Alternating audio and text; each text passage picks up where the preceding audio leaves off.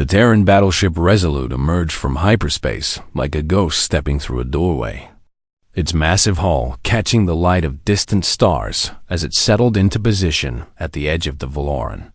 System Commander Daniel Grant stood at the center of the bridge, his hands clasped behind his back as he studied the tactical displays that surrounded him like a crown of light, each screen showing a different angle of the space around him.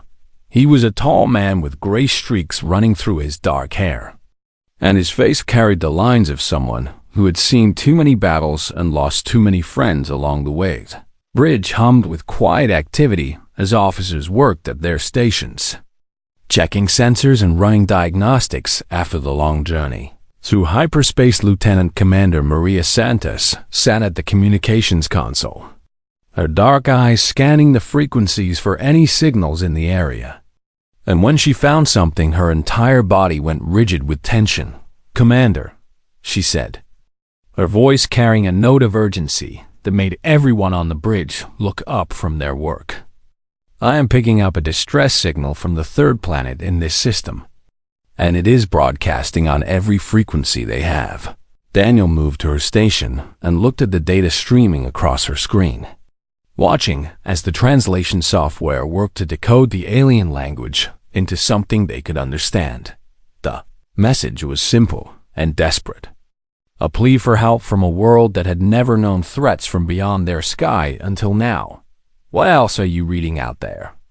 Daniel asked. Maria's fingers danced across her controls as she pulled up sensor data, and her face grew pale as the numbers appeared on her screen. "Cathari bioships," she said quietly. "I count at least 40 of them in a holding pattern above the planet, and they appear to be preparing for a planetary descent." The name sent a chill through everyone on the bridge, because the Cathari were the nightmare that haunted every spacefaring civilization in the galaxy. They were a hive species that moved from world to world like locusts, consuming everything in their path and leaving nothing but dead rock behind them. Earth had been fighting them for decades, pushing them back from human colonies and protecting allied worlds. But the swarm was vast and seemed to have no end. Chief Engineer Paul Henderson's voice crackled through the intercom from his station deep in the ship's engineering section. "Commander, I have been running diagnostics since we dropped out of hyperspace, and I need to give you some bad news," he said, his tone grim. "We are operating at about 60% reactor capacity after that last engagement, and our ammunition stores are down to maybe half of what we should be carrying." Daniel absorbed this information without letting his expression change, because a commander could not afford to show doubt in front of his crew. "What about the planet?" he asked Maria. "What do we know about Valora Prime?" Maria pulled up the data they had gathered during their approach, and the information painted a picture of a world that had no chance against what was coming for them. "Population of approximately 12 billion, she reported. They appeared to be a pre-spaceflight civilization with a feudal government structure, and their technology level is roughly equivalent to Earth's medieval period, with some exceptions in medicine and agriculture." She paused and looked up at Daniel with eyes full of sorrow. "They have no weapons capable of fighting the Cathari," she continued. "They have no ships to evacuate their people, and based on the swarm's current position, they have maybe 6 hours before the bioships begin their descent to the surface." Ensign Kevin Park turned from his position at the helm, his young face showing the conflict that everyone on the bridge was feeling. "Commander, Earth doctrine says we should report this and withdraw," he said carefully. "We are one ship against 40 bioships, and we are not at full strength." Daniel knew the young officer was right about the doctrine, because the rules existed for good reasons. Terran ships were valuable, and trained crews were even more valuable, and throwing both away in hopeless battles helped no one in the long run. But Daniel had not joined the fleet to follow rules that let civilizations burn. He walked slowly across the bridge, looking at each of his officers in turn, seeing the fear and the hope and the uncertainty in their faces. These were good people who had signed up to protect others. and they deserved to know what he was thinking. "I want everyone to listen carefully," he said, his voice steady and calm. "In about 6 hours, 12 billion people are going to die. And they are going to die afraid and confused because they do not even understand what is killing them." He pointed at the tactical display showing the Cathari formation. "Those things out there do not negotiate. They do not take prisoners, and they do not leave survivors," he continued. "When they finish with Valora Prime, they will move on to the next world and the next world after that. And they will keep going until someone stops them." Daniel turned to face the main view screen, which showed the blue-green jewel of Valora Prime hanging in the darkness of space. "Earth Command will probably court-martial me for what I am about to do," he admitted. "And they might be right to do it. Because I am about to risk this ship and everyone on it for people we have never met." He turned back to his crew. "But I did not become a soldier to watch innocent people die when I could do something about it. And I do not think any of you did either." The bridge was silent for a long moment. And then Maria Santos spoke up. "My station is ready." "Commander," Paul Henderson's voice came through the intercom a moment later. "Engineering will give you everything we have." "Sir." One by one, every officer on the bridge reported their readiness. And Daniel felt a surge of pride in the men and women who served under his command. These were the best humanity had to offer. And today they would prove it. "All hands," Daniel said, his voice carrying through the ship's internal communications to every deck and every compartment. "This is the commander speaking, and I want you to know what we are about to do." He paused to let his words sink in. "There is a world below us full of people who have never seen the stars up close. And right now, they are looking up at the sky watching monsters descend toward their homes," he said. "They do not know we are here. They do not know help is possible. And they have probably already given up hope." Daniel straightened his shoulders and spoke the words that would define everything that followed. "We are going to show them that hope is not dead. And we are going to remind the Cathari why they learned to fear human ships," he declared. "All hands to battle stations, and may whatever gods are listening watch over us today." The Resolute's engines flared to life as the ship began its approach toward the swarm. One vessel against an armada, carrying the hope of a world that did not even know salvation was coming. High Queen Thesara stood upon the highest balcony of the Crystal Palace, her silver robes billowing in the cold wind as she watched the sky above her kingdom turn dark with shapes that should not exist. She had ruled Valora Prime for 40 years, guiding her people through famines and floods and wars between noble houses. But nothing in her long reign had prepared her for this day. The shapes in the sky moved like living things, pulsing and writhing as they descended slowly toward the world below. And even from this distance she could see that they were massive beyond comprehension. Her advisors had fled hours ago, taking their families and their treasures and disappearing into the countryside, as if distance could save them from what was coming her. Generals had come to her with empty hands and hollow eyes, confessing that their armies and their weapons were useless against enemies that came from beyond the stars. The ancient text spoke of demons from the void, creatures that would one day descend upon the world to punish the wicked and test the faithful. But no scripture offered any guidance on how to fight them. Princess Liana appeared at her mother's side, her young face streaked with tears that she kept wiping away with trembling hands. She was only 19 years old, barely a woman by Valoran standards, as she should have had decades of life ahead of her filled with love and laughter, and children of her own. Instead, she stood beside her mother and watched the end of everything approach. The astronomers say the creatures will reach the surface by nightfall, Liana said, her voice barely above a whisper. "Mother, what do we do?" The Zara reached out and took her daughter's hand, holding it tightly as she searched for words of comfort that would not come.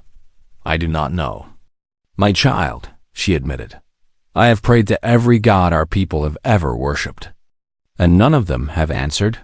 Liana looked up at the darkening sky with eyes that still held a spark of desperate hope. "Perhaps they will pass us by," she suggested. "Perhaps they are looking for something else and will leave when they do not find it." Isara wished she could believe that. But the reports from her scouts told a different story. The creatures had already destroyed 3 smaller settlements on the northern continent, descending upon villages and cities alike, and leaving nothing but barren earth behind them, whatever these things wanted. They would not stop until they had consumed everything. The queen looked out across her capital city, seeing the millions of lights that represented homes and families and lives that would soon be extinguished. She had failed them all, not through any fault of her own, but simply because some enemies were too vast and too terrible to fight. Then something happened that made both women gasp and step backward from the balcony railing. The sky split open. There was no other way to describe it, because one moment there was only darkness and descending monsters, and the next moment there was a tear in the fabric of reality itself. Glowing with colors that had no names in any Valoran language, something emerged from the tear, and Azara felt her heart stop as she tried to understand what she was seeing. It was a vessel of some kind, angular and sharp and covered with structures that jutted out at impossible angles.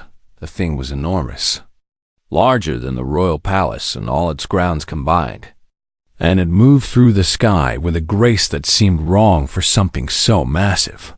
"What is that?" Liana breathed, her grip on her mother's hand tightening until it was almost painful. Thessera shook her head slowly, unable to form words as she watched the newcomer position itself between the descending creatures and the planet. Below, for a long moment, nothing happened, and the queen dared to hope that perhaps this new arrival was simply another predator, come to fight over the same prey. Then the newcomer spoke, and its voice was made of light beams of brilliant energy erupted from the angular vessel, cutting through the darkness like swords wielded by an angry god.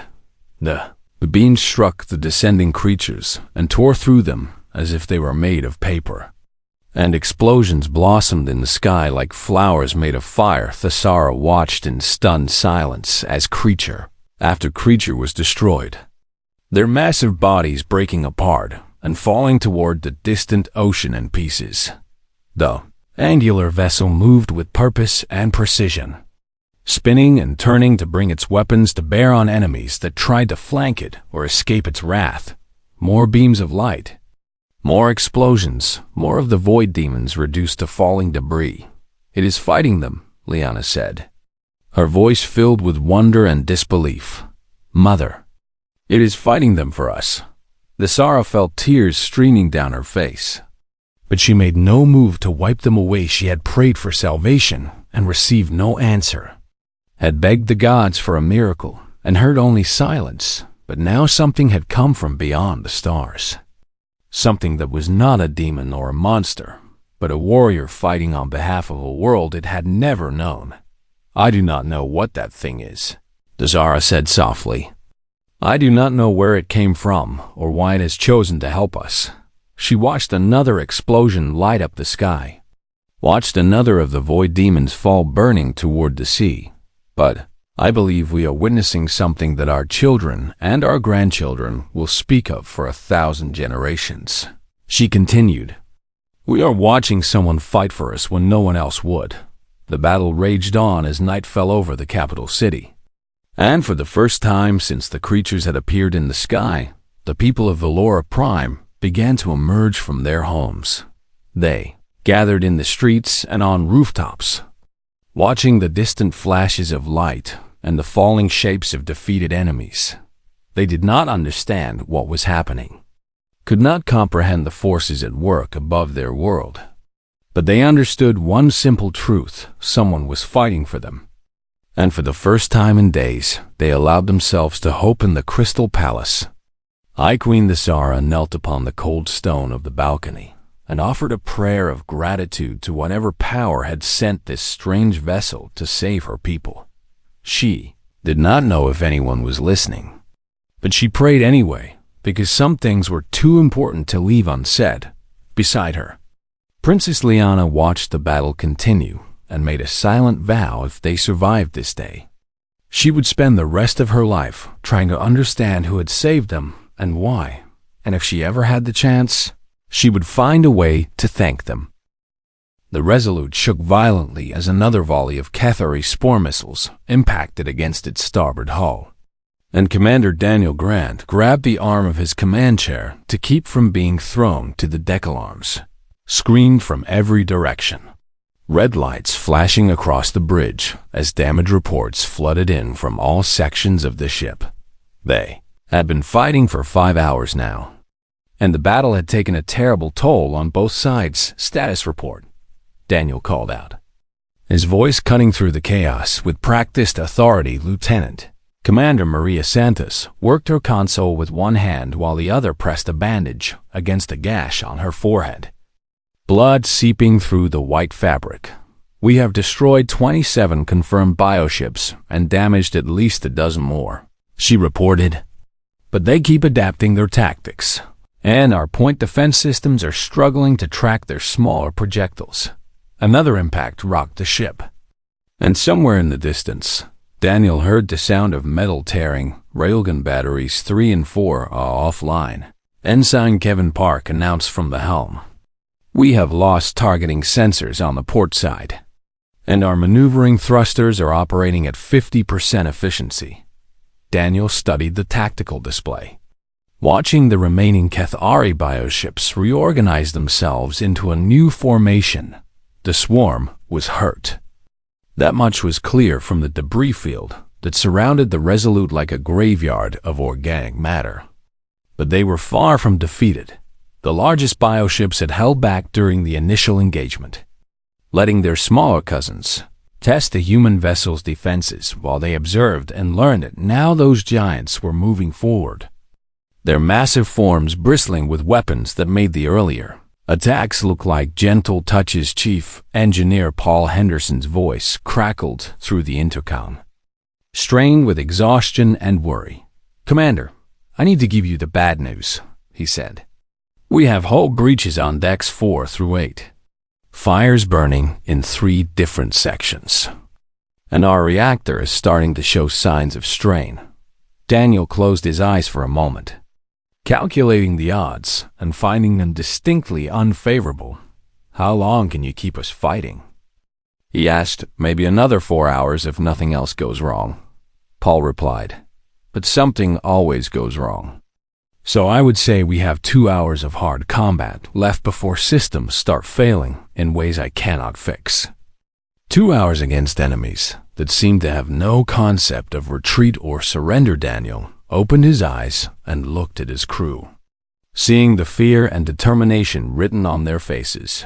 These people had followed him into an impossible battle because they believed in something greater than their own survival, and he owed them his best effort no matter what the odds. Maria, what is the status of those large bioships?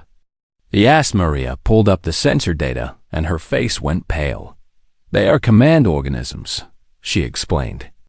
The Cathari hive mind uses them to coordinate the actions of the smaller ships, and they appear to be heavily armored with multiple weapon systems. She paused and looked at Daniel with grim understanding. If we can destroy them, the swarm will lose coordination and the remaining ships will scatter, she continued. But getting close enough to hurt them means exposing ourselves to their full firepower. Daniel nodded slowly, already knowing what he had to do. Kevin, plot an intercept course for the nearest command organism, he ordered. Take us right down their throats. The young ensign hesitated for just a moment before his hands began moving across his controls. Course plotted. Commander, he said, we will be in optimal firing range in 12 minutes. All hands. This is the commander, Daniel announced through the ship-wide communications. We are about to make a run at the enemy command ships, and I will not lie to you about our chances. He paused, letting his words sink in. But those things came here to kill 12 billion innocent people, And I refuse to let that happen while I still have missiles in my tubes and power in my reactor. He continued. So we are going to hit them with everything we have. And we are going to make them regret ever coming to this system. The Resolute surged forward, its damaged engines pushing the battered ship toward the approaching giants. The Kethari responded immediately, smaller bioships moving to intercept while the command organisms began charging their primary weapons. Next 10 minutes were the longest of Daniel's life. Railgun rounds tore through bioship after bioship. But more kept coming, swarming around the Resolute like insects around a wounded animal. Spore missiles hammered the hull, each impact sending tremors through the ship and adding new damage to the growing list. A direct hit on Deck 7 killed 4 crew members instantly and wounded a dozen more. Another strike disabled the secondary power grid, forcing Paul to reroute systems through damaged conduits that sparked and smoked. But the Resolute kept moving forward, kept fighting, kept closing the distance to the command organisms. Missile range in 30 seconds, Maria announced. I have targeting solutions on both command organisms. Fire everything, Daniel ordered. Empty the tubes. The Resolute's missile bays opened and unleashed a storm of nuclear-tipped warheads, dozens of them streaking toward the massive bioships with terrible purpose. The Cathari point defense systems intercepted some of them, organic tendrils lashing out to destroy the incoming weapons. But there were too many missiles moving too fast. The first command organism took 6 direct hits and broke apart in a cascade of explosions that lit up the void like a small sun. Second organism tried to turn away, tried to flee from the destruction bearing down upon it. But the missiles were faster. 4 warheads found their mark, and the second command organism died in fire and fury. The effect on the swarm was immediate and devastating. Without the command organisms to coordinate their actions, the remaining bioships began moving erratically, bumping into each other and firing at random targets. Some of them turned and fled into the darkness of space, their simple minds seeking only escape from the terrible thing that had destroyed their masters. Daniel watched the swarm scatter and felt something loosen in his chest. They had done it, had broken the hive mind's control and sent the survivors running, but the victory had cost them dearly. Damage report, he said quietly. Maria's response came slowly, her voice heavy with grief. 17 dead, she said. 43 wounded, including 12 critical cases that Dr. Angela Moore is not sure she can save. She looked up at Daniel with eyes that shone with tears. But the planet is safe, Commander, and the swarm is broken. Daniel nodded and allowed himself a moment of relief before the weight of command settled back onto his shoulders. Get me a channel to the surface, he said. It is time to introduce ourselves. The shuttle descended through the atmosphere of Valora Prime, and Commander Daniel Grant watched the alien world grow larger through the viewport with a mixture of wonder and exhaustion. He had not slept in nearly 2 days, had spent every waking moment coordinating damage control and medical care and 1,000 other tasks that demanded his attention. But when the invitation came from the planet's ruler requesting a meeting with the commander of the vessel that had saved them, he knew he had to go in person. Lieutenant Commander Maria Santa sat beside him, her arm wrapped in a proper bandage. Now that Dr. Angela Moore had time to treat the wounded who were not in critical condition. The translation software has made significant progress, Maria reported, studying her tablet. We should be able to communicate effectively, though some concepts may be difficult to express. Daniel nodded and looked down at his uniform, which had been hastily cleaned but still showed signs of the battle soot. Stains marked the shoulders where he had helped carry wounded sailors, and a small tear in the sleeve had been sewn shut by one of the crew members with more enthusiasm than skill. I probably should have changed into something more formal, he admitted. Maria smiled for the first time. Since the battle began, I think they will forgive. The state of your clothes, Commander, she said. Considering you just saved their entire civilization. The shuttle touched down in a courtyard of white stone, surrounded by buildings made of crystal that caught the light of the alien sun and scattered it in rainbow patterns across every surface. It was beautiful in a way that made Daniel's chest ache, because this beauty had come within hours of being destroyed forever. A delegation waited at the edge of the courtyard. Dozens of figures in flowing robes of silver and gold. At their center stood two women, who carried themselves with obvious authority. One older with gray in her hair, and one young with features that echoed the elder. Daniel descended from the shuttle and walked toward them, Maria falling into step beside him when he was close enough to see their faces clearly. He noticed the tracks of dried tears on both of their cheeks. The older woman spoke first, her words strange and musical, but rendered into English by the small device in Daniel's ear. I am the Sara, High Queen of Valora Prime, and this is my daughter, Princess Liana, she said. We have watched you fight and die for our world, and we do not have words sufficient to express our gratitude. Then she did something that made Daniel deeply uncomfortable. She knelt before him, lowering her head until her forehead nearly touched the white stone behind her. The entire delegation followed suit. Dozens of alien dignitaries prostrating themselves before a human officer in a torn uniform. Please, Daniel said quickly, moving forward and reaching down to help the queen rise. Please stand. All of you. The Sara looked up at him with confusion in her eyes. You have saved us, she said. You have given us our lives and our futures and everything we might ever become. And you lost warriors in the doing of it. Daniel helped her to her feet and met her gaze with steady eyes. We did not come here for worship or praise, he said gently. We came because someone was in trouble and needed help. And that is what humans do. He gestured for the rest of the delegation to rise, waiting until they had all stood before continuing. On my world, we have a saying, he explained. We say that the measure of a civilization is not how it treats its own people, but how it treats strangers who have nothing to offer in return. He looked around at the crystal buildings and the alien faces watching him with expressions of wonder and hope.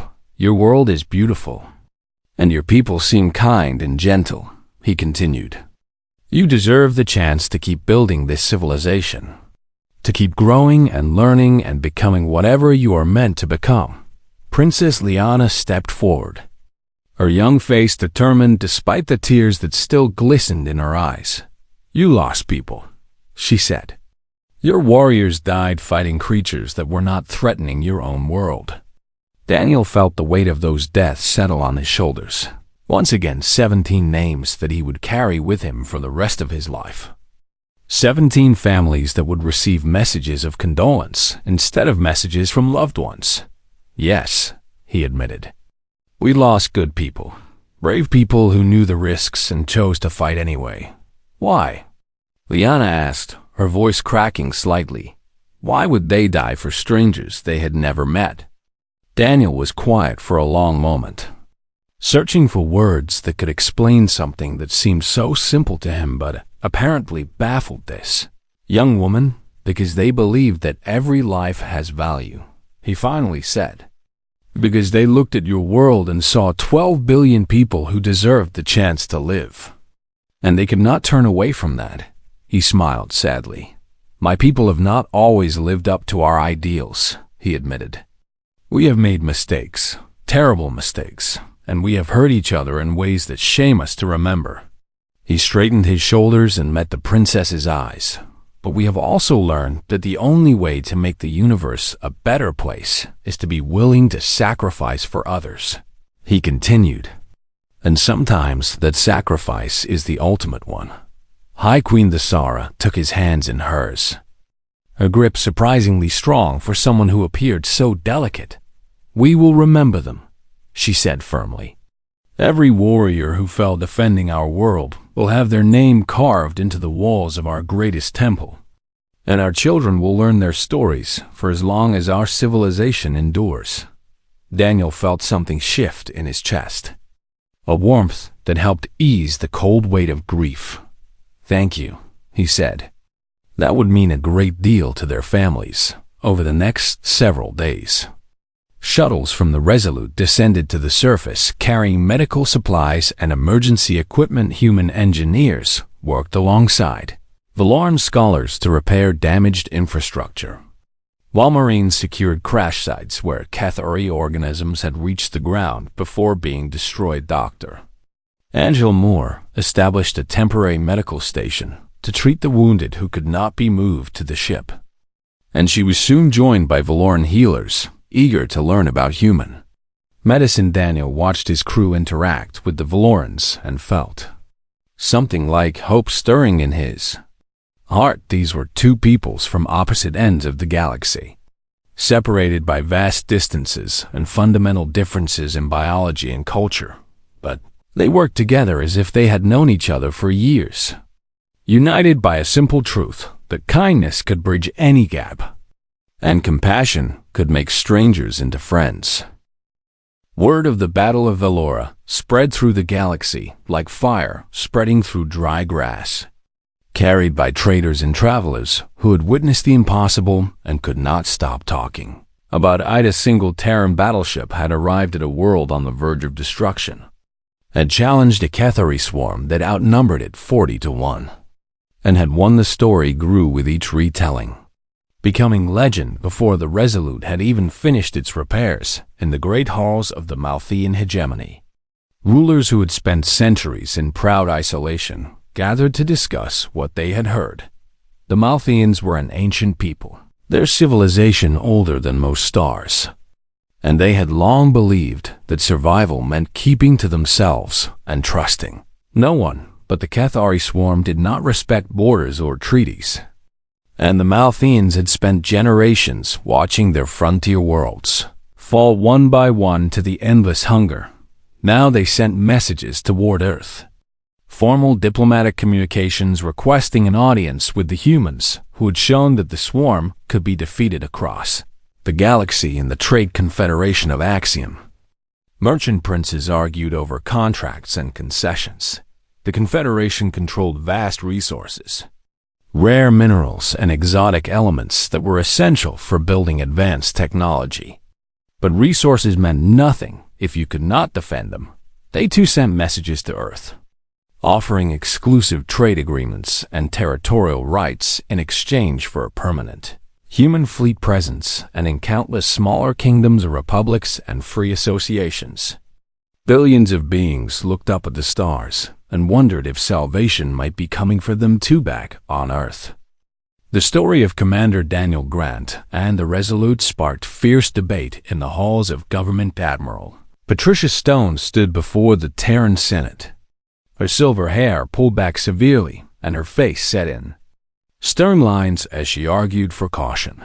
"Commander, Grant disobeyed standing orders and risked a valuable ship and trained crew for a world that offers us nothing of strategic value," she said, her voice crisp and precise. "If we reward this behavior, we encourage every captain in the fleet to play hero whenever they feel like it." But Senator Christopher Blake rose to counter her arguments, his deep voice filling the chamber with passion. "Admiral Stone would have us count ships and resources while civilizations burn," he declared. "She would have us become the kind of people who look at 12 billion souls and ask what they can offer us before deciding whether to help." He looked around the chamber, meeting the eyes of his fellow senators one by one. "That is not who we are," he continued. "That is not who we have ever been, and if we become that kind of people, then we deserve to fall." The debate raged for weeks, but in the end the Senate voted to expand the fleet and create a new branch dedicated to humanitarian response. Ships would be built specifically for this purpose. Fast and powerful vessels that could respond to distress calls anywhere in the galaxy. They would not ask permission from Earth Command, would not wait for strategic assessments or cost-benefit analyses. They would simply go where they were needed and do what needed to be done. Commander Daniel Grant was offered a promotion, a prestigious position on Earth where he could help shape policy and train the next generation of officers. He turned it down. There are more worlds out there, he told the admirals who tried to change his mind. More people who do not know that help is possible, who are looking at the sky right now and seeing only monsters. He smiled, and for a moment the weight of command seemed to lift from his shoulders. I would rather be the one who shows them they are not alone. 6 months after the Battle of Valora, the newly repaired Resolute departed Earth orbit, accompanied by 3 sister ships. The Defiant, the Valiant, and the Steadfast fell into formation beside the veteran Battleship. Their crews, young and eager, and burning with the desire to live up to the legend they had heard so much about, Daniel stood on the bridge of the Resolute and watched Earth shrink in the view screen, feeling the familiar mixture of excitement and melancholy that always came with leaving home. Lieutenant Commander Maria Santos stood beside him, promoted now and given command of her own section, but still choosing to serve on the ship where she had proven herself. "Where to first, Commander?" she asked. Daniel pulled up the tactical display, showing a map of the galaxy with hundreds of distress signals marked in red. There were so many worlds in trouble, so many people crying out for help that would never come from their own governments or their own gods.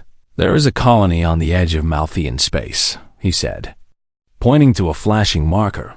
"Reports say they have been under siege by raiders for 3 months, and their supplies are running out." Maria nodded and began coordinating with the other ships, planning the hyperspace jump that would carry them across the stars. Daniel turned back to the view screen one last time, looking at the distant light of Earth's sun somewhere far behind them, on a world of crystal palaces and grateful people. High Queen Thesara looked up at the night sky as she did every evening. The stars were the same stars that had terrified her people just months ago, the same void that had spawned the monsters that nearly destroyed everything she loved.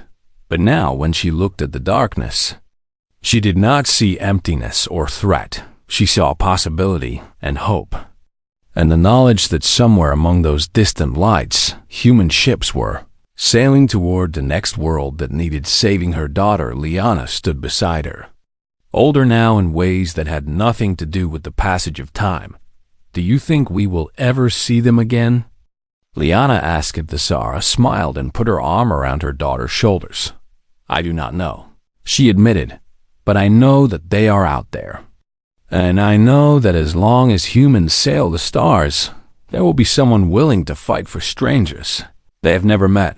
She looked up at the brightest star in the sky, the one her astronomers had identified as the sun that warmed the human homeworld. "And that is enough to help me sleep without fear in the vast darkness between galaxies." The Cathari swarm drifted and regrouped. Their hive mind, still reeling from the defeat at Valorati, had learned something new, something that changed the calculations their collective intelligence used to assess threats. There were beings in the galaxy who would fight for others, who would risk everything for worlds they had no obligation to protect.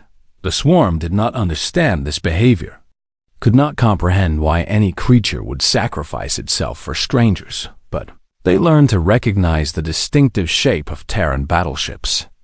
And when human vessels appeared on their sensors, the swarm learned to change course and seek easier prey, because some things were more powerful than hunger, and hope was one of them.